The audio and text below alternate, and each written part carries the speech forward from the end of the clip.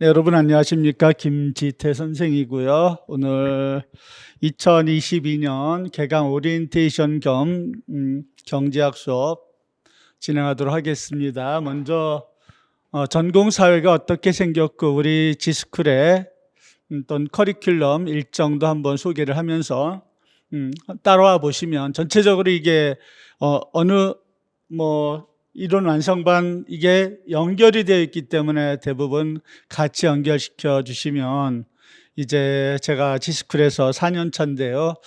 지금쯤은 이제 우리 지스쿨에서도 많은 합격생이 나와야 될 것 같고 좀 전국 수석도 나왔으면 좋겠는데 아무튼 노력을 해보겠습니다. 네, 1, 2, 3, 4월이 기본 이론 완성반인데요. 요 시간이 굉장히 중요한 시간입니다.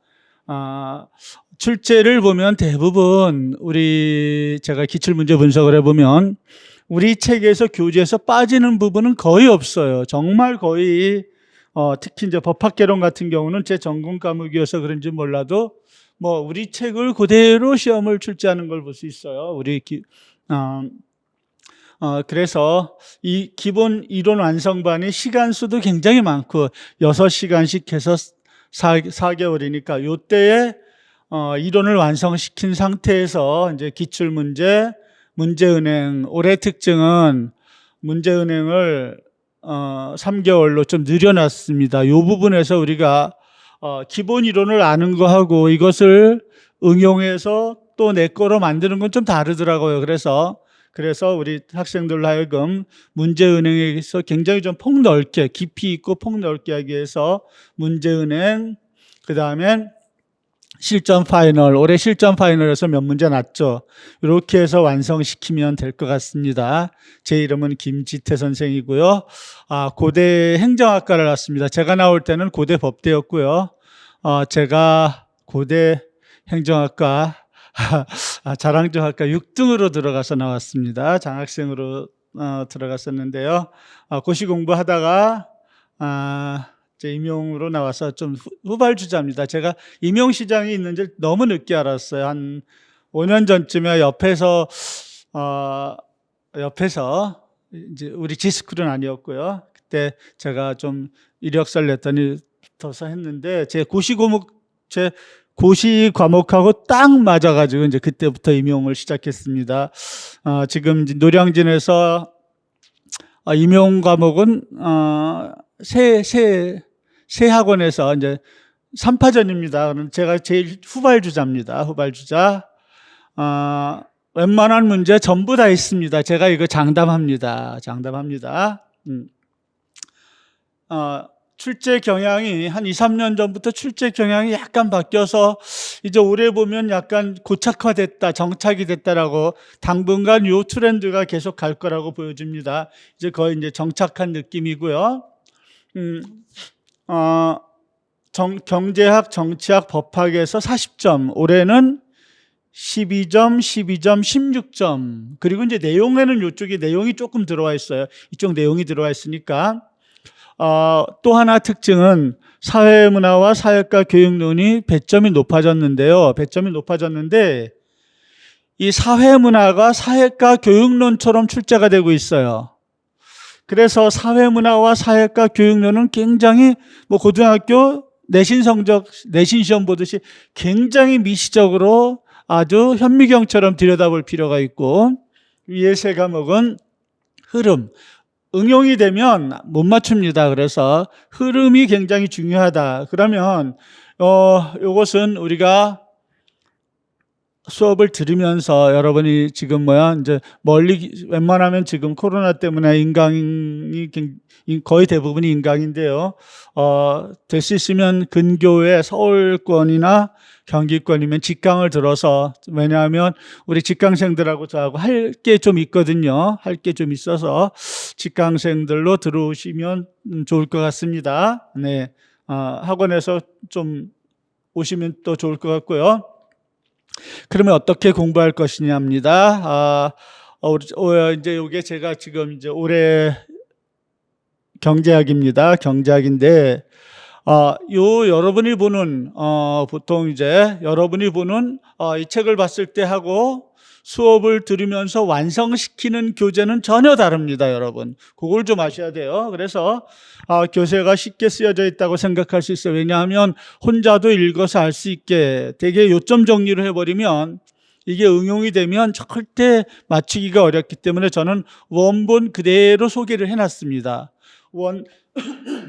원본 그대로 소개가 되어 있기 때문에 여기에 대해서 이제 우리가 색칠을 해줘야 돼요. 깊이를 줘야 되고 모든 것을 제가 여기에 담을 수가 없기 때문에 이것을 저하고 같이 해야 됩니다. 혼자 공부할 것 같다는 느낌을 받아요. 그렇지만 절대 좀 수업을 듣는 거하고 혼자 공부하고는 이 내용이 전체적인 내용은 천양지차입니다. 하늘과 땅 차이라는 거 여러분이 좀 기억을 해주셨으면 좋겠고요. 그래서 이 교재 안에 많은 그 비법들이 숨어져 있으니까 강의를 들으시고 회독수를 이 1, 2, 3, 4개월 안에 회독수를 한 3회독 정도 해주시고 같이 수업을 들으면서 그렇게 하시면 시험을 쳐보면 알 수 있어요, 여러분. 시험을 쳐봐야 알 수 있습니다. 그래서 좀 이 기본 이론 시간에는 회독수를 좀 높이는 것이 좀 중요하다라고 생각이 되고요. 사회문화와 사회과 교육론은 정말 자세히 현미경처럼 들여다보지 않으면 고득점이 조금 어렵습니다. 실제로 그걸 호소하는 수험생들이 있으니까요. 네, 보시고 각 과목별 오리엔테이션에는 2022년 기출문제를 해설하면서 오리엔테이션으로 대신하려고 합니다. 그러면 여러분들이 알고 있는 이 기출문제와 또 수업을 들어서 이게 여러분이 잘못 알고 있는 그 부분들을 교정해 주시면 큰 도움이 될 거라고 생각이 되고요. 이 부분은 전국적으로 유튜브를 통해서 나가는 거니까 여러분들이 참고해 주시고 많은 수험생들로 우리 지금은 코로나 때문에 어떻게 할 수가 없습니다만은 되게 이제 제가 4월부터는 웬만하면 직강으로 들어주시기 바랍니다. 5월부터네요. 5월부터. 전공의 9번 문제 한번 볼게요. 2022년 경제학 쉽다고 생각하는데 여기에 조금 요것은 제가 한번 출제 교수님한테 한번 물어보고 싶은 부분이 있긴 있는데 한번 볼게요. 감자에 대한 수요 곡선과 공급 곡선이 나와 있어요. 공급 곡선이 나와 있는데 Q로 이렇게 해서 우리가 여러분이 질문해 봤을 때 요거는 무시해도 돼요. 요 작은 글씨는 무시해도 상관이 없습니다. 여러분이 고3에서 이과생들은 합성함수를 단순화시키는 걸 배울 텐데 우리는 문과생들이 거의 많기 때문에 이런 부분에서 조금 어려워할 수가 있어요. 그래서 이것도 그냥 Q로 이렇게 하세요. 그러면 이렇게 하면 어떻게 되느냐? 실제로 우리가 보면 PQ 이렇게 그려지죠. 그렇죠? PQ 이렇게 그려지죠. 우리 여러분 고등학생이었다고 생각해 봅시다. 어떻게 그려집니다? X축, Y축 이렇게 그려지죠? 그러면 우리는 이런 식이 있다고 치면 Y는 X 플러스 2. 항상 여기 종속 변수가 이렇게 시작을 해야 돼요. 함수가. 이렇게 시작을 해야 되니까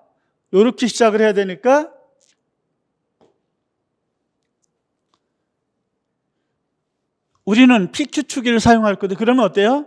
P를 고쳐야 돼요. 여러분 여기에서 하나 모든 것은 Q로 시작하더라도 P로 고치는 습관을 들여라. P로 고치는 습관을 들여라. 이제 요거 밑에 다 있으니까 하고요. 그 다음에 감자를 생산을 했는데 이게 보니까 지금 아마 $8일 거예요. 감자 가격이 너무 낮으니까 정부가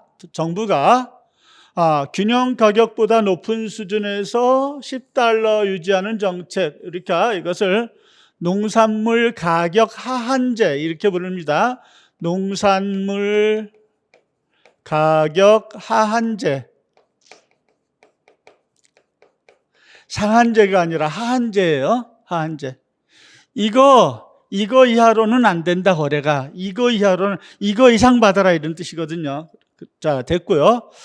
요 문제는 뭐냐 하면, 감자 농가의 초과 생산량을 시장에서 구매해 주는 방식, 그러니까 정부 수매를 지금 하고 있어요. 정부 수매.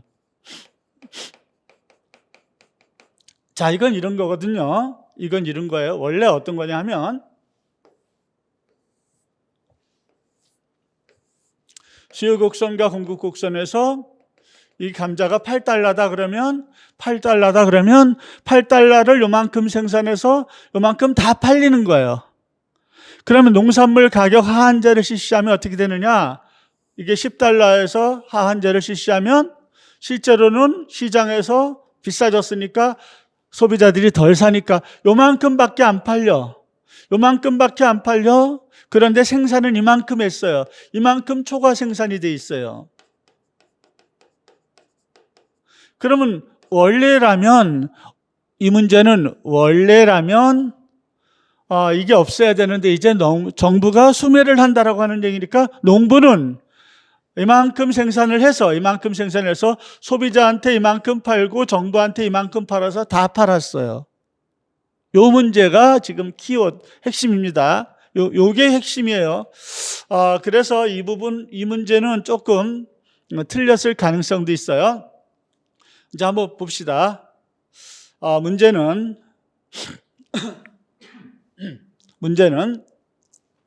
균형 가격, 균형 거래량, 그 다음에 정부 수매 비용, 정부가 감자를 구매하는데 지출하는 비용, 그러니까 정부 수매 비용이에요. 그 다음에 소비자 잉여의 변화입니다. 생산자 잉여의 변화, 이익이니까 이익과 생산자 잉여의 크기를 포함해서 서술하시오. 이제 3번이 문제가 될 것 같은데, 올려봅시다. 이거 뭐 해설이 다 돼 있으니까 제가 그랬죠. 꼭 그런 건 아닌데, Q로 시작하면 이 함수를 P로 고쳐라. 습관적으로 고치세요. 요 훈련을 하셔야 됩니다. 그러면 P는 얼마, 이렇게 해서 요 수요 공급 곡선이 이름이 안 나와도 어떻게 해야 되느냐 하면요. 기울기가 음수면 수요 곡선이에요. 음수면 이게 수요 곡선이다, 공급 곡선이다 이런 말이 없어도 이 자체로 수요 곡선이 되는 거예요. 그 다음에 기울기가 양수니까 이건 공급 곡선이 되겠습니다.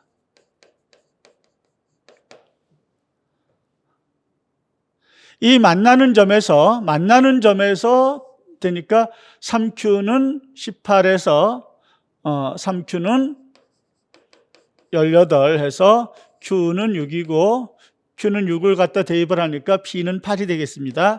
P는 8. 저는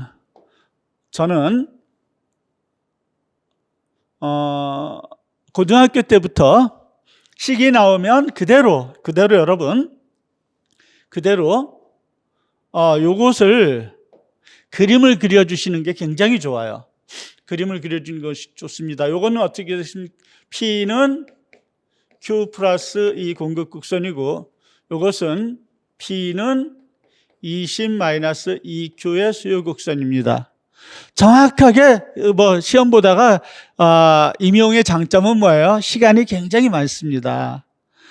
전공의 12문제 시간이 1시간 반으로 주어지니까 굉장히 그 시험 문제 여백도 많으니까 그대로 그림을 그리면 이거 풀리지 않고도 문제가 다 해결된다라는 거. 그래서 웬만한 거 여러분 그림을 활용하시는 게 좋아요. 제가 그림을 활용하시는 게 좋습니다. 그러면 이것을 그리면 여기 만나는 균형점이 여기예요. 균형점이 여기니까 가격이 8원이고 8달러고 6만큼 생산을 해서 요만큼이 생산자 잉여가 되겠습니다. 요만큼이 생산자 잉여예요. 그러면 생산자 잉여는 2분의 1 6 곱하기 6해서 1800, 단위가 100만이니까 따라서 생산자 잉여는 1800만 원이 되겠습니다. 1800만 원이 되겠어요. 여기서 이 문제가 응용이 된 것은 뭐냐면, 그러면 가격 하한제 실시, 요걸 가격 하한제 그래요. 선생님, 균형 가격보다 높아졌는데 왜 하한제냐? 이거 밑으로 받지 마라. 이런 뜻이에요. 이거 밑으로 받지 마라. 이거 최저임금제하고 같은 개념이에요. 컨셉이. 그럼 여기에서 이제 이것이 생산자 잉여가 이만큼 됐어요. 그렇죠? 이만큼 됐죠? 그런데 원래대로라면 이것이 어떻게 되느냐면, 원래대로라면 좀 찍고, 원래대로라면 요만큼 팔았잖아요. 요만큼 팔았어요. 지금 실제로 이건 안 팔리는 거거든요. 요만큼 팔았으면 이제 생산자 잉여는 이렇게 되는 거예요. 이렇게 돼요. 이렇게 해서 사다리꼴의 면적을 구해서 요 사다리꼴의 면적 하면 제가 계산이 했는데 계산이 돼 있죠? 계산이 돼 있습니다. 계산이 안 돼놨나? 해놨을 것 같은데. 2750, 그 제일 밑에 있네요. 주의해놓고, 그렇죠? 주의해놓고, 2750 공부를 굉장히 잘하는 수험생들은 이렇게 해놓고 틀렸을 거예요. 이번 시험에서. 2750. 이게 생산자잉여예요. 그렇죠?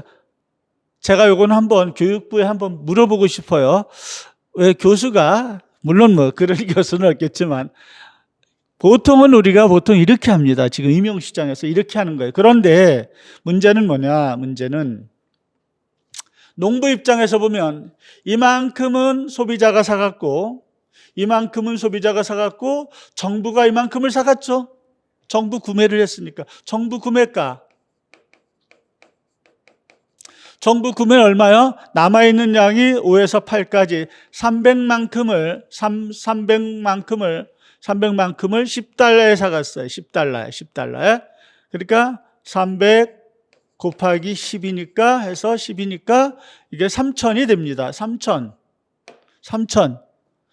그런데 우리가 관세나 수입할당제에서 보면 또 공부를 많이 한 수험생들은 어디에서 틀렸을 가능성이 있느냐? 땀시 요거 정부 수매가 그 다음에 2 곱하기 우리 책도 좀 오타가 있는 것 같은데 요렇게 놓고 요걸 해서 틀렸을 가능성이 있어요. 요거 해서 제가 지금 우리 수험생들의 지금 입장에 대해서 제가 한번 이렇게 틀린 사람 저렇게 틀린 사람 다 제가 하는 겁니다. 그런데 실제는 그렇지 않습니다. 자, 이제 봅시다. 다시 한번 봅니다. 제가 농부입니다. 농부의 입장에서 보면 어쨌거나 나는 다 팔았어요. 그렇죠? 농산물 가격 하한제로 인해서 10달러에 소비자한테 이만큼 팔았고, 그렇죠? 10달러에 소비자한테 이만큼 팔았으니까 내가 소비자한테 판 돈은 이만큼이죠? 이만큼입니다. 그 다음에 정부가 내 감자를 다 사갔으니까 나는 다 팔았어요. 그렇죠? 나는 다 팔았는데 내가 이 감자 생산할 때 비용이 어디냐? 이것이 비용이죠. 이것이 비용입니다. 그러니까 결국 소비자잉여는 뭐예요? 가격 하한제 실시 소비자잉여는 면적 S는 2분의 1 삼각형이니까 밑변 8, 10에서 8 곱하기 이거 8이죠? 여기 8이니까 8에서 88이 64, 3,200만. 단위가 100만이니까. 따라서 실제 생산자잉여는 3,200만이 되겠습니다. 3,200만. 그러면 변화는 얼마요? 이 변화에서 이거니까 요만큼이 변화죠. 요거 계산해 주면 되는 거죠. 실제 답이 이렇게 되겠습니다. 이렇게. 볼게요. 이렇게 되겠죠? 3,200이니까 생산자잉여는 얼만큼 늘어났어요?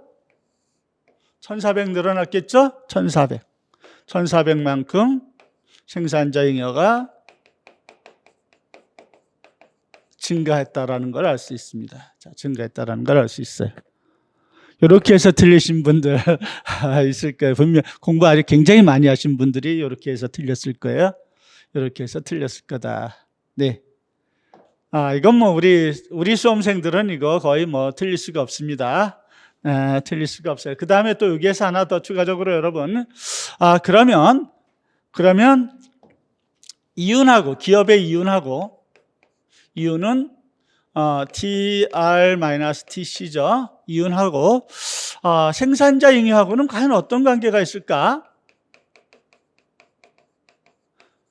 이윤과 생산자 잉여의 관계, 생산자 잉여와 이윤은 어떤 차이점이 있을까? 이거 물으면 답을 하실 만한 분들이 100명이면 1명 있을까 말까? 우리 책에 그대로 있는 거니까 이거 나중에 왜냐하면 TC에서 이것은 가변 비용이 있고, 간단히만 해드릴게요. 안 쓰셔도 돼요. 가변 비용이 있고 플러스 고정 비용이 있기 때문에 단기에서는 생산자 잉여가 이윤보다 커요.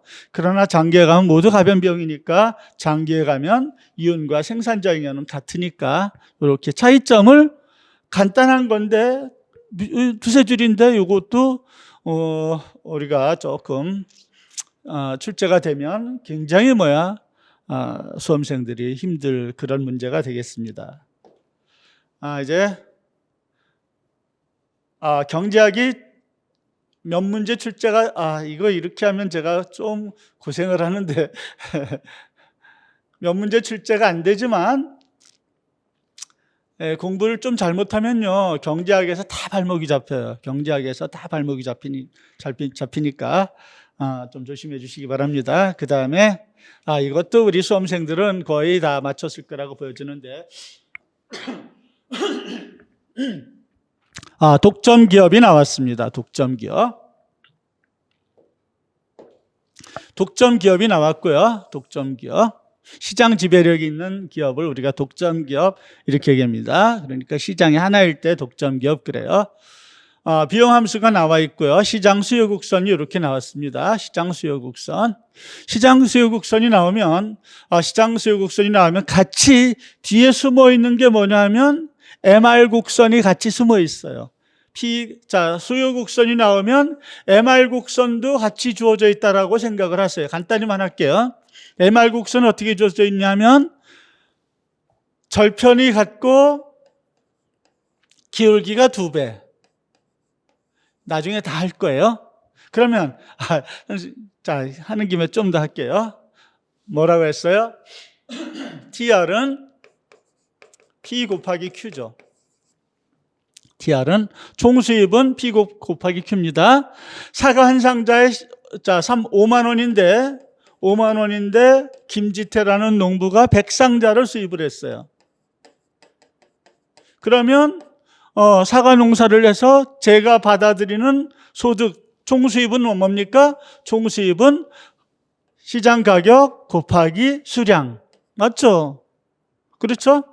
P가 주어졌으니까 이 P에다가 170 마이너스 Q 곱하기 Q니까 170Q 마이너스 Q 제곱이 되겠죠. TR을 미분하면 MR이 되니까, 이걸 미분하면 MR이 되니까 MR은 170Q 미분하니까 170, 뒤통수 툭 치면 2가 앞으로 가서 마이너스 2Q 되잖아요. 그러지 마시고 수요 곡선이 나왔다 그러면 또 눈을 딱 감고 MR 곡선이 뒤에 숨어 있다, 그림자가 숨어 있다, 절편이 같고 기울기가 2배다. 이거 뒤에 다 우리 책에서 다 할 거니까요. 그러니까 이게 다 시험이 나는 거예요. 그렇죠? 하는 거니까요. 나왔어요. 나왔죠. 총비용 나왔습니다. 미분하면 이렇게 됩니다. 미분하면 이렇게 돼요. 평균 비용을 구하시오. 그렇습니다. 평균 비용을 구하시오. 예. 평균 비용을 구하시오. 여러분, 올해 경제학에서 평균 개념은 지금까지 23년 임용해서 평균 비용을 물은 적이 한 번도 없어요. 근데 올해 2개를 물었어요. 이거 말고 또 다음 문제 물었습니다. 그럼 평균 비용은 어때요?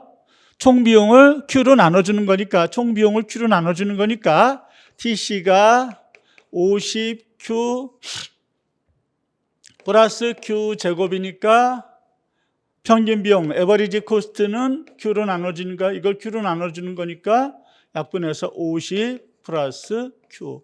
그래서 이렇게 되겠습니다. 너무나 쉽잖아요. 그래서 너무 쉽죠. 아, 이거 어떻게 할까? 이러시면 이제 뭐야, 이제 틀리는 겁니다. 어? 평균 비용은 총 비용을 Q로 나눠줘라. 제가 수십 번, 수백 번 짚그렸던 말입니다. 이게 말이에요. 이건 기본입니다. 기본이에요. 그렇죠. 또 기본이죠. 독점 기업의 균형 가격 및 균형 거래량. 자, 이제 나왔습니다. 얼마인지 쓰고 완전 경쟁 시장일 때 균형 가격 및 균형 거래량의 크기와 비교해서 서술하시오. 그럼 이것도 어떻습니까? 독점 기업은 MRMC 조건에서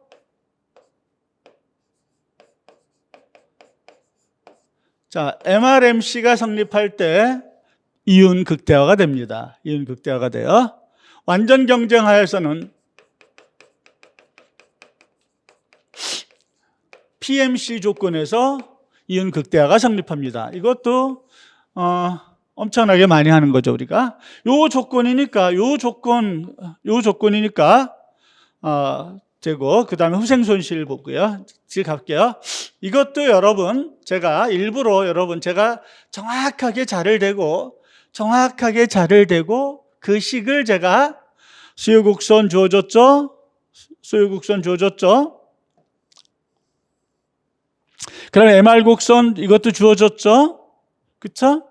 MC 주어졌죠? 왜? TC가 주어졌으니까 TC를 미분하면 MC가 되니까 MC 조건 주어졌습니까?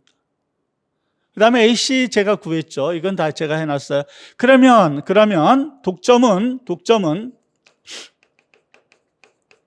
독점 기업은 MRMC 조건입니다. MRMC.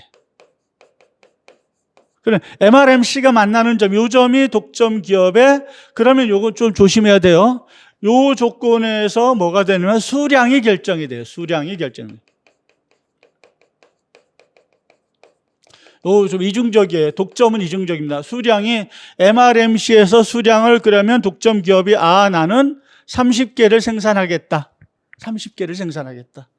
그러면 요때는 110이어야 될 것 같은데 가격은 내가 30개를 생산하면 소비자 수요곡선은 니들은 이만큼 낼 지불 용의가 있잖아. 지불 용의 가격으로 올라가서 140원을 받는 거예요. 그래서 일단은 수량이 결정이 되면 그 수량을 위로 쭉 올려서 수요곡선과 만나는 점에서 가격이 결정돼요. 이거 조심하셔야 돼요. 그래서 독점 가격은 140원이 되고 그때의 생산량은 30이 됩니다. 30이 돼요. 이때 이제 두 번째로 완전 경쟁 시장은 PMC입니다. 그럼 P고 MC니까 여기에서 여기 완전 경쟁이에요. 완전 경쟁 시장에서는 130원에 40개가 생산이 되죠. 그러니까 완전 경쟁 시장이 독점 시장으로 바뀌면 과소 생산이 돼서 시장 실패가 일어나는 거예요. 시장 실패. 자원의 비효율적 배분. 이것을 우리가 뭐라고 하느냐? 후생손실 그러는 거예요. 이것은 자중손실 그랬지만 데드웨이트 로스에서 또 어떤 책에서는 사중손실 이렇게 나오는 것도 있어요. 일본 책을 베껴 쓴 옛날 경제학들은 죽을 사자 써서 데드웨이트 로스를 우리가 자중손실, 저는 이제 후생손실이란 말을 씁니다. 그럼 뭐예요? 후생손실은 완전 경쟁 시장에 비해서 완전 경쟁 시장이 독점 시장으로 바뀌면 생산량이 감소하고 가격이 올라간다. 그렇죠? 그럼 써주면 되죠. 완전 경쟁 시장이 독점 시장으로 바뀌면, 즉 독점 시장은 완전 경쟁 시장에 비해서 생산량을 10만큼 줄이게 되고 이 문제에서 가격은 10만큼 올리게 됨으로 인해서 후생 손실이 나타나는데 얼만큼? 요만큼의 후생 손실이 나타난다. 요거 면적 써주면 되겠어요. 2분의 1. 110에서 140이니까 30. 높이가 10. 그래서 150. 150이 후생 손실입니다. 따라서 이게 전공 B입니다. 이 문제가 전공 B 7번 문제도 우리가 완벽하게 맞췄습니다. 이거 100%입니다. 그 다음에 올해 이제 많이 당황했을 것 같은 문제가 이 소비 이론입니다. 소비 이론이 20몇 년 동안 한 번도 출제가 안 됐어요. 한 번도 출제가 안 됐는데 요거 한번 잠깐 볼게요. 우리가 Y는 단순 경제를 볼게요. CIG죠. 이것이 소비고 이것이 투자고 이게 정부 지출입니다. 그런데 투자 이론이라든가 정부 지출과 관련해서 출제가 굉장히 많이 됐어요. 그런데 국민소득에서 이 소비가 차지하는 비중이 70% 이상이에요. 60에서 70% 정도예요. 이 어마어마한 비중을 가지고 있는 소비가 한 번도 나지 않았다라고 하는 얘기는 이게 뭐냐면 이게 가설이기 때문에 교수님들이 거의 출제를 하기가 굉장히 버거웠을 거예요. 굉장히 버거워서 출제를 안 해서 웬만한 임용고시 책에서도 굉장히 축소해서 다루고 있는데 제가 이번에 이게 출제가 돼서 완전히 그냥 다 집어넣어서 그러면 이제 앞으로는 향후 몇 년간은 이 소비 이론에서 출제가 될 가능성이 굉장히 높다라는 거.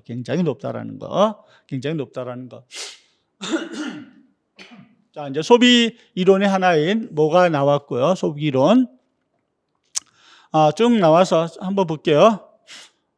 소득이 증가할수록 뭐가 감소한다. 니은에 들어가는 말입니다. 계속 니은이에요. 니은이 뭔지. 이 소비 이론은 조금 어려우니까 제가 해설 먼저 하고 여러분이 답을 찾도록 하겠습니다. 자, 이게 케인즈가 소득 이론에서 케인즈의 절대 소득 가설, 거시 쪽인데요. 이건 거시 경제입니다. 따라서 절대 소득 가설이 되겠습니다. 가설, 하이포시스, 그러니까 출제가 많이 안 됐던 거예요. 겁니다. 소비 함수는 여기 기초 소비에다가 CYD다. CYD. C는 소비 성향이고 한계 소비 성향. C는 요때 C는 여기 있네. 괜히 썼네요. 요 C는 한계 소비 성향이고 C는 0에서 1 사이입니다. 돈을 벌어서 다 쓰지 않는다. 케인즈가 이렇게 얘기했고요. 요거는 처분 가능 소득.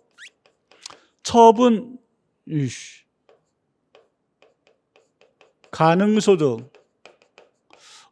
옛날 책에서는 가처분 소득 그래. 가처분 소득.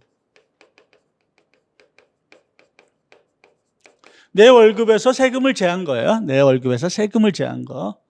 자, 이렇게 되겠습니다. 그러면 우리는 이걸 이렇게 했어요. C는 C0, 저는 이렇게 가르쳤어요. 그래서 C에다가 이렇게 쳐냈다라고 하는 얘기는 이게 고정이다라는 뜻입니다. 고정이에요. 그렇게 하다 보니까 이것이 절편이고 이것이 기울기가 돼서 소비 함수가 이렇게 그려져요. 그렇죠?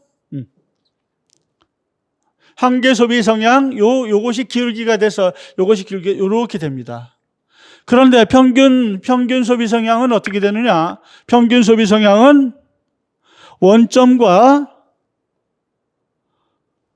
소비 곡선이 만나는 점에서 그 기울기예요. 기울기죠. 즉 뭐예요? 이것을 한계 소비 성향, marginal propensity to consume, 소비죠, 맞죠? marginal propensity to consume일 거예요. 영어 그렇다고 치고요. 그러면 요것은 어때요?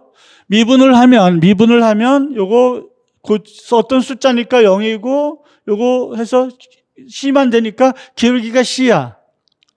그런데 평균 소비 성향하면 여기에서 어때서 기울기니까 요게 더 들어가니까 언제나 뭐야? 한계 소비 성향의 기울기보다 평균 소비 성향의 기울기가 더 큰 걸 볼 수 있어요. 그런데 우리 문제에서 소득이 증가할수록 뭐가 감소한다? 소득이 증가할수록 뭐가 감소한다? 요게 감소한다. 그래서 니은이 요게, 니은이 요겁니다. 니은이 요거요. 그런데 모딜리아니가 세계 생애주기 그러면서 거의 다 됐어요. 쿠즈네츠 가설이 나오고요. 쿠즈네츠 가설은 장기적으로 봤더니 이게 없고 이렇게 되더라요. 케인즈는 이렇게 본 거죠. 케인즈 이렇게 본 거예요. 요건 뒤에서 길어지니까 뒤에서 설명할게요. 수업할 때. 그래서 앞으로 이미 이것이 출제가 되기 시작하니까 앞으로 쿠즈네츠 가설, 피셔의 시점간, 이제 두 개의 시점간입니다. 두 개의 시점간 자원 배분 모형. 앞으로 구구절절히 생애주기 가설, 프리드먼의 항상소득 가설. 요것이 나올 가능성이 굉장히 많아요. 올해부터는 요거 준비를 해 주셔야 돼요. 이것이 다른 책에 거의 없으니까요. 우리 책에서, 우리 책은, 마무리 짓고 합시다. 마무리 짓고. 자, 이제 이렇게 수업을 듣고 여러분 가면 케인즈의 절대소득 가설이고요. 이것이 주는 의미가 뭐냐? 그쵸? 이거는 기초소비고 한계소비 성향 0에서 1 사이다. 이렇게까지 하면 뭐 2번은 충분히 답이 되는 거고 그 다음에 3번이 APC가 되겠습니다. 에버리지 propensity to consume 해서 평균 소비 성향. 그러면 올해 경제학 문제는 경제학이 굉장히 좀 난이도 조절을 하는 과목이기 때문에 공부를 좀 많이 할 필요가 있다라는 거. 그래서 제가 신선할 때 하라고 경제학을 맨 앞에 두는 것도 그겁니다. 처음에는 굳센 마음을 가지고 있잖아요. 그렇죠? 그래서 굳센 마음을 가지고 있으면 좀 어려운 과목을 앞에 배치하는 이유가 그렇게 되겠습니다. 여러분, 해설 강의, 오늘 오리엔테이션 해설 강의를 마쳤는데요. 질문이 있으신 분들은, 카페가 두 개인데요. 카페가 두 개인데, 제가 소개를 했나요? 카페가, 네이버,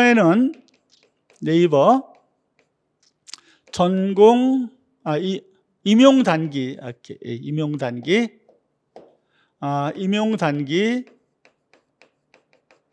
전공사회. 이제 막 시작을 해서, 회원수 몇 명 안 됩니다. 네이버. 여기로 질문을 주시면 제가 성심성의껏 답을 해 드리도록 하겠습니다. 오리엔테이션 기출문제 풀어봤는데요. 어렵지 않습니다. 할만한 거죠. 할만한 거니까요. 2022년 우리 지스쿨에서 제발 좀 수석이 좀 나왔으면 좋겠습니다. 네, 여러분 1년 동안 건강하시고요. 또 우리 지스쿨 임용고시 전공사에 많이 사랑해 주시기 바랍니다. 감사합니다.